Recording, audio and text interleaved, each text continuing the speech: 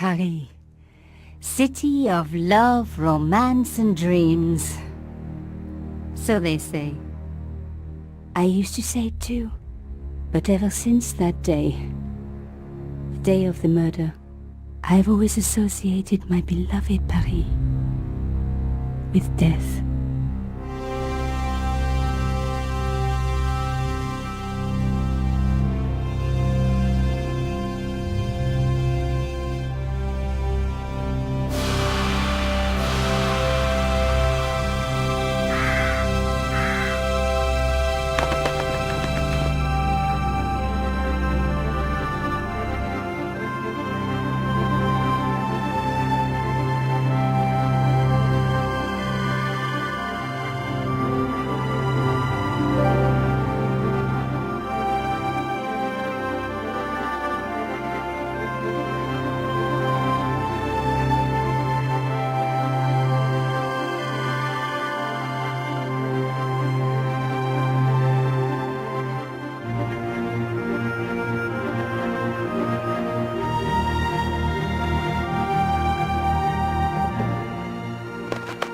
I was at home having a bath when my editor called.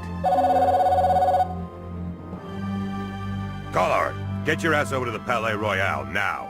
You got an interview. With Pierre Carchon. Yes, the Pierre Carchon. No photos, so leave your gear at home. He asked for you personally. Don't ask me why. Anyhow, this could be big, so if he makes a pass, don't forget. Just smile, say yes, and keep taking notes. So charming and so very apt. Pierre Carchon was a media king, a national hero, and one of the most infamous adulterers in Europe. He and his wife Imelda were just one step down from royalty. Whoa, I hate mimes, but unless you humor them, they don't go away.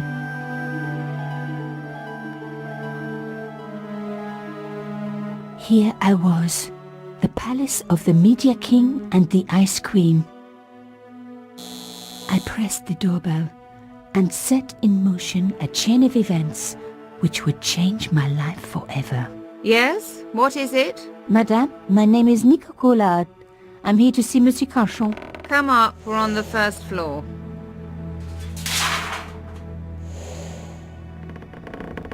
Madame Carchon, it's a pleasure to meet you. Yes, I'm sure. The Ice Queen was certainly living up to her reputation.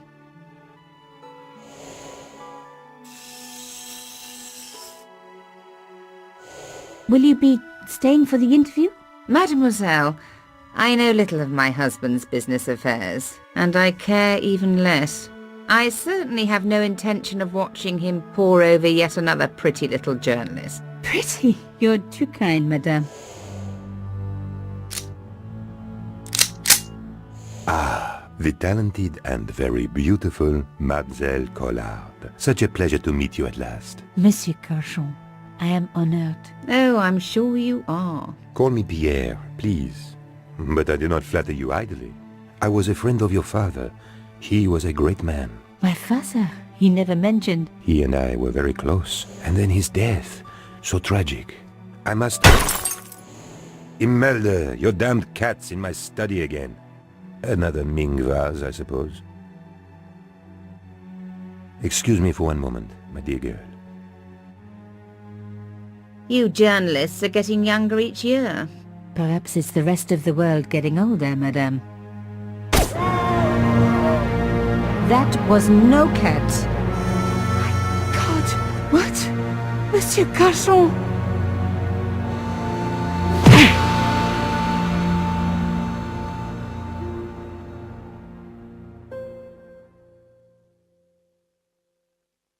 He's dead. I must call the police. You'd better stay here. There was a man. It was the mime. Do you think he... Well, I believe we can rule out suicide, don't you? No wonder they called her the Ice Queen. She would have been top of my list of suspects if I hadn't seen the attacker myself. And if I hadn't come across a couple of murders just like this already. One of the most important men in Europe murdered And here was I, Nicole Coulard, alone at the scene of the crime. Should I wait for the cops? Or start my own investigation? It was a no-brainer.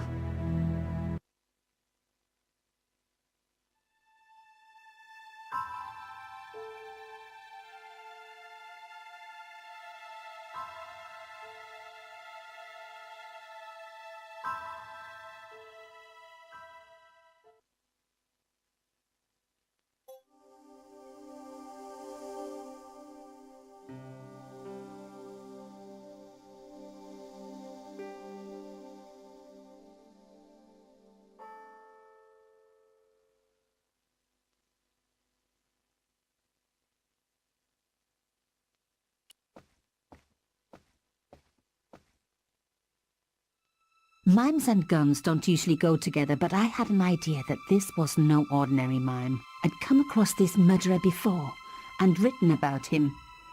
The costume killer, at least that's what I'd called him. It was one of my hair clips. My favorite, in fact. It must have fallen when I was knocked down. Some people hate searching corpses for clues. Me, I'm okay with it. Reminds me of an old boyfriend. In his pocket, I found a ticket stamped Bateau de la Conciergerie. Taking the ticket meant I tampered with the evidence. There was no going back now. Carchon had been shot. I closed his eyes. It was the least I could do for the poor fellow. I opened his eyes. Best to leave the crime scene as I found it. I closed his eyes.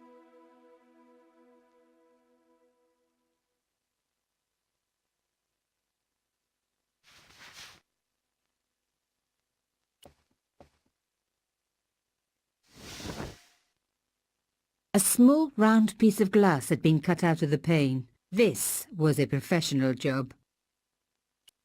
A bust of Pierre Carchon, humble servant of La France.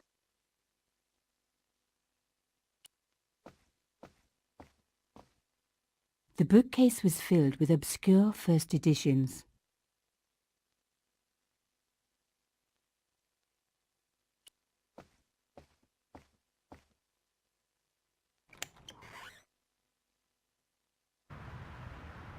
The killer must have used a ladder to reach the window. He was long gone. Guess he folded that ladder up, popped it in his pocket and took it with him.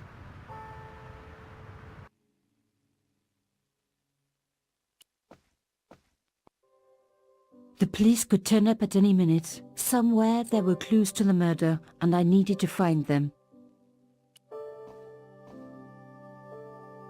The door was locked.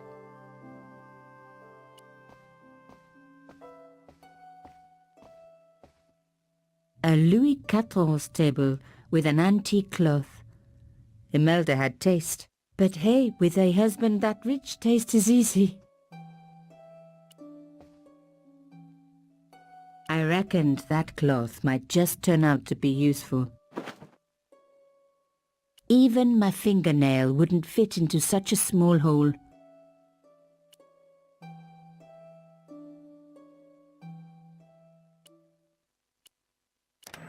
Aha! Nico, you are just so damn good at this stuff. Instead of comforting Imelda, I was ransacking her flat. Why?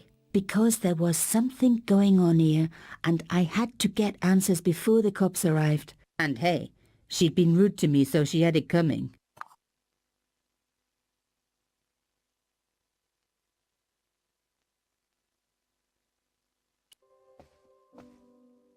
It was a tube of acrylic paint. French ultramarine. Just the color I was after for my bathroom. I'm sorry, I have to go. Someone is... Young lady, what are you doing? Oh, this paint. It's my favorite color. For God's sake, keep the damn stuff.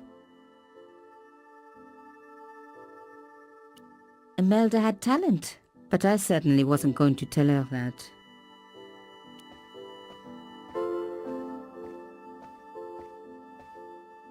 Excuse me, madame. Yes? I am so sorry for your loss, madame. No, you're not. You're a journalist. Journalists don't feel sorry. Not true. We shall see.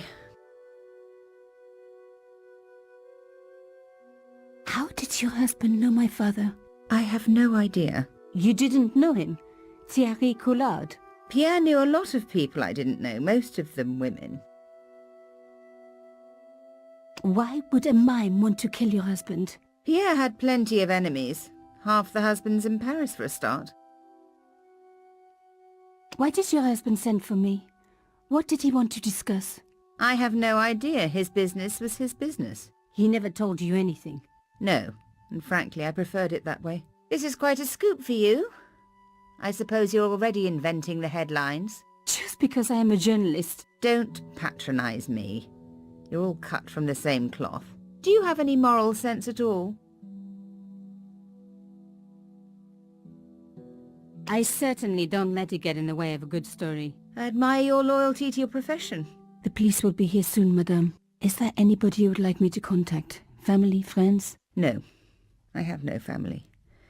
Pierre and I were... He was all I had, really. Not much, was it? The dutiful wife. That was my role. He never talked, never let me in. I know one thing, madame. What? If you want to find out who killed your husband, then you let me do the job, not the police. Why? How do I know I can trust you?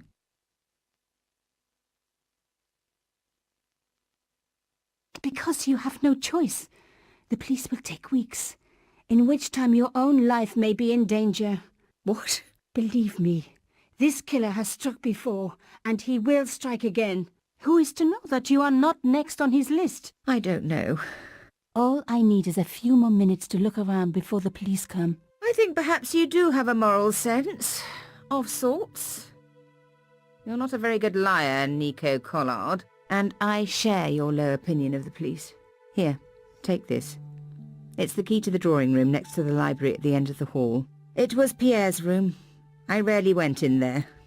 I couldn't. I was too scared of what I might find. Thank you. I promise you won't regret this.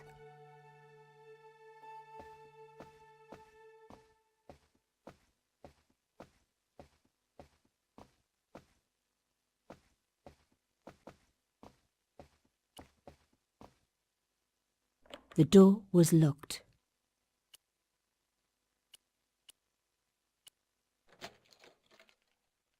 Now we were getting somewhere.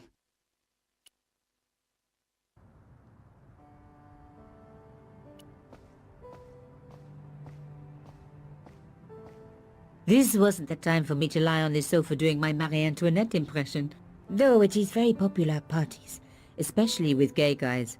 Don't ask me why.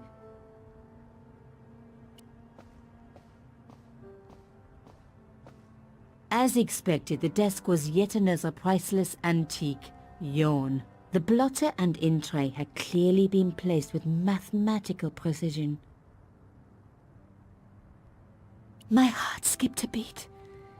It was a carved elephant. But not just any carved elephant.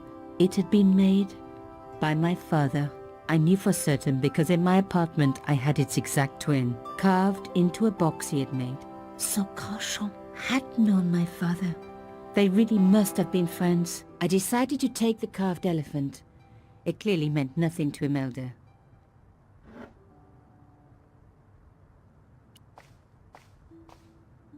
I didn't need a sheet of blotting paper. Not while it was blank. I didn't want to take the tray, but I knew that I could use it. No.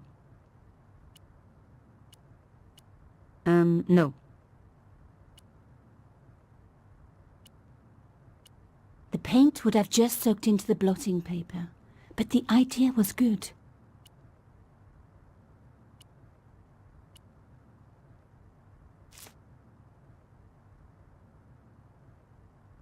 I'd spread blue paint over the bottom of the tray.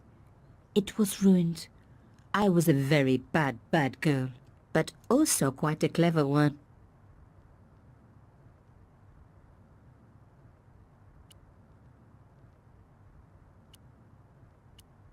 No.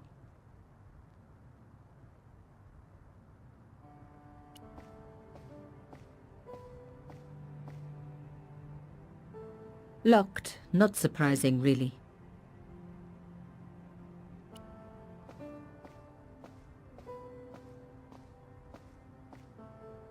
The painting showed the Cachons together, in love. As the poet said, the past is a different country. Or did I read that in a fortune cookie? There was the very faintest of clicks.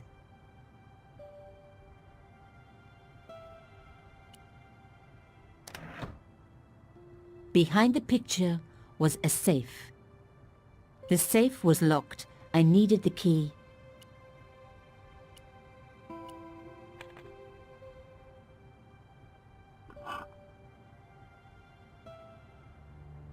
In the safe was some kind of artifact. There were strange symbols on its surface. It looked like the printer's blocks I'd made at art school. If there was one thing I'd learned about symbols, they are always important. But these symbols scratched into stone were impossible to read. I needed to find a way of printing them. At least the stone was round. But what could I use for ink? And what could I print on? Sure, I was stealing, but I knew Imelda didn't know about the artifact, and Cachon was past caring.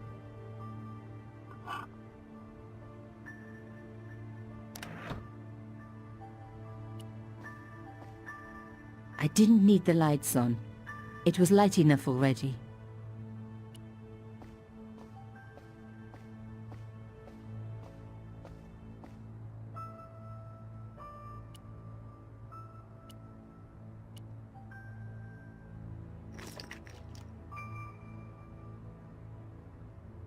I rolled the artifact in the paint until it was completely coated.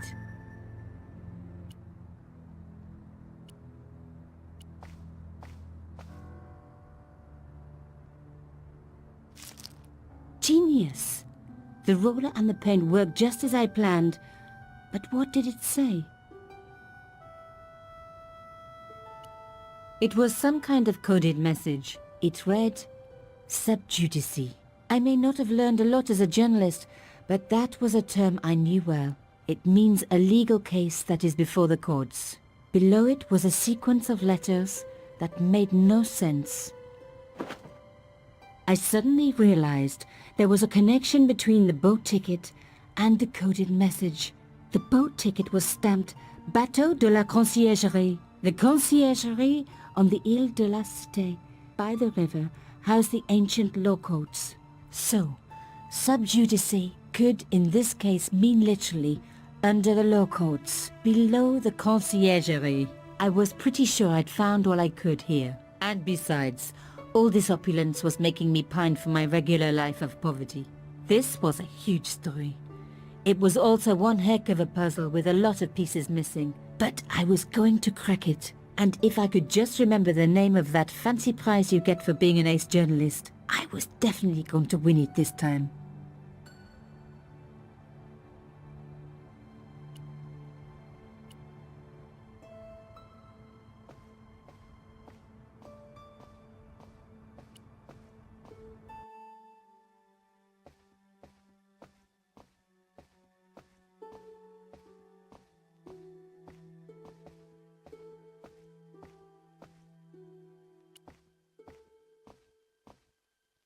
I couldn't leave without saying goodbye to Imelda.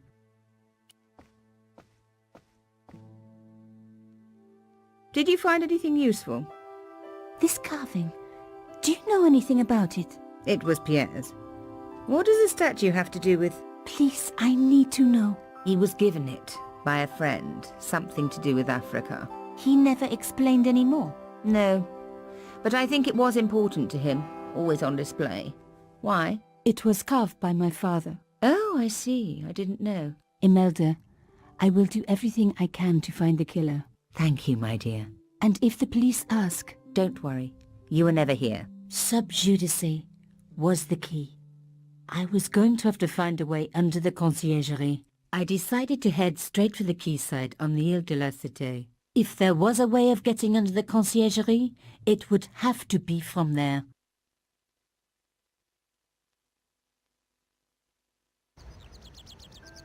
Carchan wasn't the type for messing about on the river. He was up to something down here. Something that got him killed.